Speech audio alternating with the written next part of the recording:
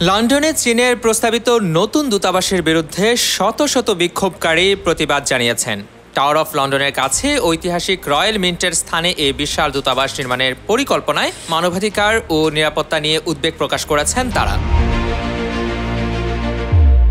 বিক্ষোভে স্থানীয় বাসিন্দা, মানবাধিকার সংগঠন ও চীনা কমিউনিস্ট পার্টির সমালোচকেরা অংশ নেন। বর্তমানে মেরিলিবন জেলায় অবস্থিত চীনা দূতাবাসটি স্থানান্তরের পরিকল্পনা কয়েক বছর ধরে চলছে।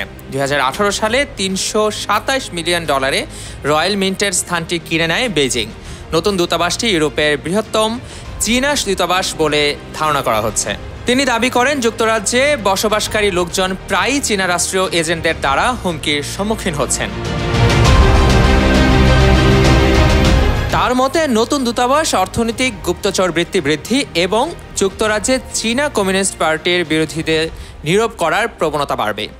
প্রধানমন্ত্রী কির স্টারমার বেইজিংয়ের সঙ্গে সম্পর্ক উন্নত করার চেষ্টা চালিয়ে যাচ্ছেন, যদিও সাম্প্রতিক বছরগুলোতে হংকং ইস্যুতে দুই দেশের সম্পর্ক শীতল হয়ে পড়েছিল। এ প্রকল্পের বিষয়ে জনসাধারণের মতামত নেওয়া হবে এবং কমিউনিটি সেক্রেটারি অ্যাঞ্জেলা রেইনার চূড়ান্ত সিদ্ধান্ত নেবেন। তবে বিরোধীরা আশঙ্কা করছেন, চীনের সঙ্গে সম্পর্ক উন্নত করার জন্য লেবার সরকার নিরাপত্তা ও মানবাধিকার ইস্যুগুলোকে উপেক্ষা করবে। মুজাদ্দিদুল হক ভুইয়া, নিউজ 21 ইন্টারন্যাশনাল ডেস্ক।